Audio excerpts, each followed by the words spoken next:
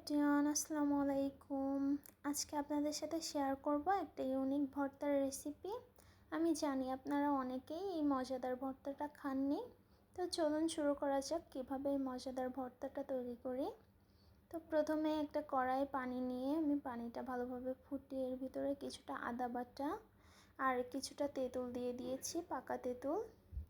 এখন সামান্য একটু লবণ দিয়ে এর ভিতরে আমি কচু দিয়ে দিব। দেখুন, কচুটা কিন্তু আরও ছোট করে কাটলেও সমস্যা নেই, কারণ এটা কিন্তু আমরা সেদ্ধ হয়ে গেলে বেটে ফেলবো। তো কচুটাকে ভালোভাবে আমি সেদ্ধ করে নিব।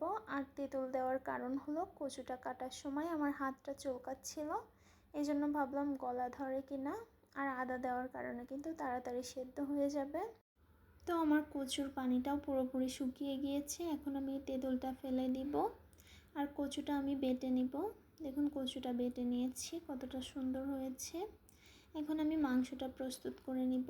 তার জন্য প্রথমে আমি হাড় ছাড়া মুরগির মাংস নিয়ে নিয়েছি, একটা মাঝারি সাইজের টমেটো, পেঁয়াজ কুচি দিয়ে দিব আর 2টা কাঁচামরিচ দিব, স্বাদ মতো লবণ দিব, হলুদ দিয়ে দিব, ধনিয়া গুঁড়া দিয়ে দিব, কিছুটা জিরা গুঁড়া দিয়ে দিব আর গরম মশলার গুঁড়া দিয়ে দিব। এখন এতে কিছুটা আদা রসুন বাটাও দিয়ে দিব। এখন এর ভিতরে পানি দিয়ে মাংসটা আমি সেদ্ধ করে নিব। কিছুটা সয়াবিন তেলও দিয়ে দিব অল্প পরিমাণে। এখন আমি সব কিছু একটু নেড়ে ছেড়ে দিয়ে মাংসটা ঢাকনা দিয়ে ঢেকে ভালোভাবে সেদ্ধ করে নিব। আর পানিটাও কিন্তু পুরোপুরি শুকিয়ে নিব। তো যারা এভাবে কখনো খাননি তারা কিন্তু বাসায় একবার হলেও ট্রাই করে দেখবেন। এটা ভর্তা না, একদম অমৃত বলা চলে। এখানে আমি টমেটোর উপরের খোসাগুলো ফেলে দিচ্ছি।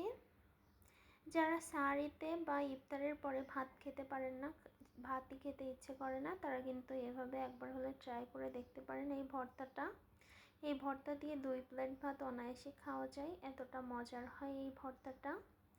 তো মাংসটা আমি ছোট ছোট করে কুচি করে নিয়েছি খুন্তির সাহায্যে। আপনারা কিন্তু চাইলে হাত দিয়েও করে নিতে পারেন। মাংসটা তুলে নিয়েছি। এখন এর ভিতরে আমি শুকনো মরিচ ভাজি করে নিব। শুকনো মরিচটা আমার ভাজি করা হয়ে গিয়েছে। এখন আমি ভর্তাটা করে নিব।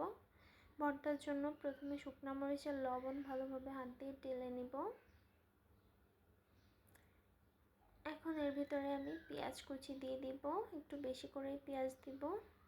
আমার একটু কাঁচা পেঁয়াজ বেশি খাইতেই ভালো লাগে যে কোনো ভর্তায়, সেজন্য পেঁয়াজটা বেশি দিয়েছি। এখন আমি মুরগির মাংসটাও দিয়ে দিব। যেহেতু আমি মুরগির মাংসটা ছোট ছোট করে নিয়েছিলাম, এজন্য আর ঝামেলা হয়নি বেশি। তা না হলে কিন্তু হাত দিয়ে সবগুলো ছোট ছোট করে নিতে হতো।